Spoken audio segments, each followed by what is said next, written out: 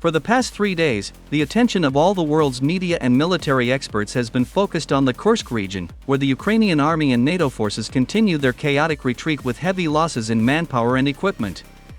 Moreover, even the topic of the negotiations that began between representatives of the United States and Ukraine took a back seat amid the Russian army's rapid advance in the Kursk region.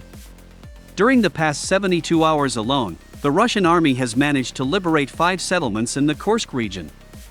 This fact was confirmed not only by numerous war correspondents, but also by official representatives of the Ministry of Defense of the Russian Federation. So, a few hours ago, the Russian military department officially confirmed the liberation of settlements such as Mirny, Zamostai, Toroynyazy, Pervyinayazy, and Kazakyalaknya.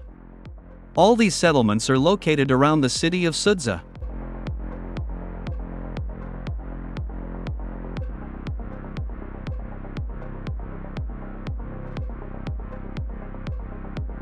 As for Sudzha, numerous war correspondents have already stated that Russian troops have also completely liberated this city. As evidence, they began posting video footage online, where it is clearly visible how Russian soldiers are hoisting the Russian flag in the administrative center of the city of Sudzha. However, the Russian military department is still in no hurry to officially recognize the liberation of Sudzha. According to the Russian military, the Russian Defense Ministry will officially announce the liberation of Sudzha only after the city is completely cleared of Ukrainian soldiers and foreign mercenaries, who still continue to hide in the basements of residential buildings. They hope to escape Sudzha under the cover of night. However, most of them do not succeed.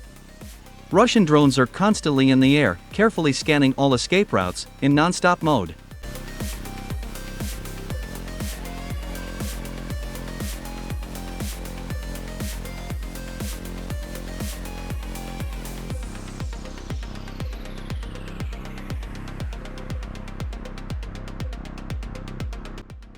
In general, war correspondents record the retreat of Ukrainian troops not only in Sudzha, but also throughout the Kursk region.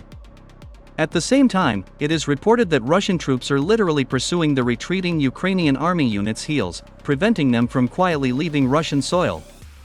According to war correspondents, in the last 24 hours alone, in the Kursk region, the retreating Ukrainian army and NATO forces have lost more than 300 soldiers and 50 pieces of heavy equipment, including 2 tanks.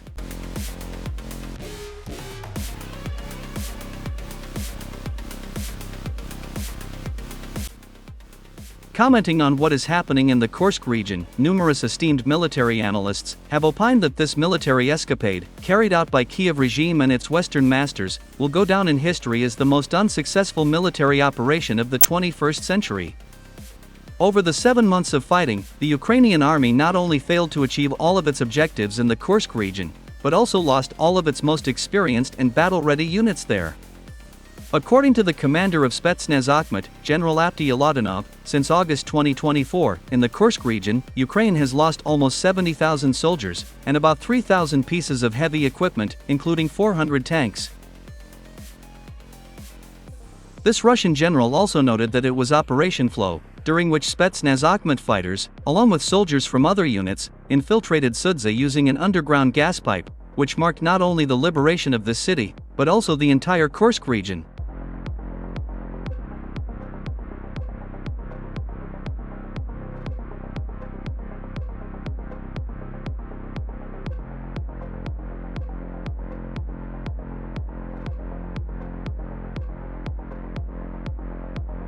Meanwhile, Ukrainian and Western propaganda, trying to justify the crushing defeat of the Ukrainian army and NATO forces in the Kursk Oblast, began to call the retreat of Ukrainian troops from this Russian region Kyiv's goodwill gesture.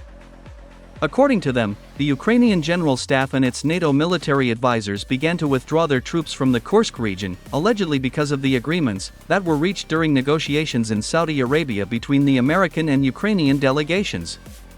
At the same time, the Ukrainian and Western media defiantly ignore numerous videos on the internet, where on March 10, Volodymyr Zelensky and the Commander-in-Chief of the Armed Forces of Ukraine, General Sersky, officially declared that the Ukrainian army will continue to hold its positions in the Kursk region at any cost, in order to use this factor as a bargaining chip with Russia during the upcoming peace talks.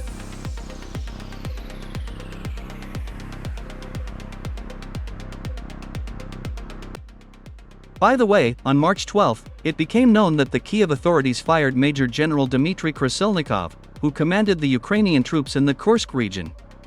The dismissal of this general once again confirmed the fact that the Ukrainian army was not going to voluntarily leave the Kursk Oblast, and that the order to withdraw Ukrainian troops from this Russian region followed only after the Russians managed to break through the enemy defenses in Sudzha.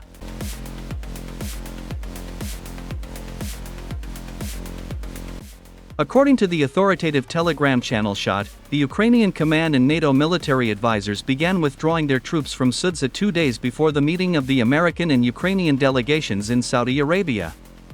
It is reported that Ukrainian soldiers and foreign mercenaries, among whom there were also a large number of active duty soldiers and officers from NATO allied countries, began to flee Sudzha as soon as Russian units entered the city through an underground gas pipe.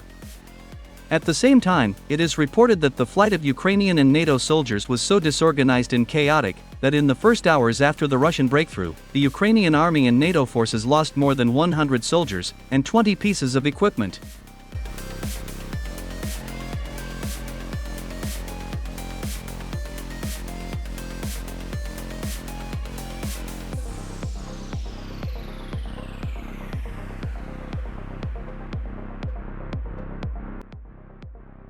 For example, this video clearly shows the chaotic flight of Ukrainian and NATO soldiers from Sudzha. The footage clearly shows how, under the cover of night, about 40 Ukrainian and NATO soldiers are running away from the advancing Russian troops. Fleeing in a southwesterly direction, this group of enemy soldiers decided to hide in a local school building. And that was their fatal mistake. Seeing all this, the reconnaissance drone transmitted the exact coordinates of this building to the Russian gunners. And literally 3 minutes later, this building, along with Ukrainian and NATO soldiers, was completely destroyed using a guided projectile Krasnopol.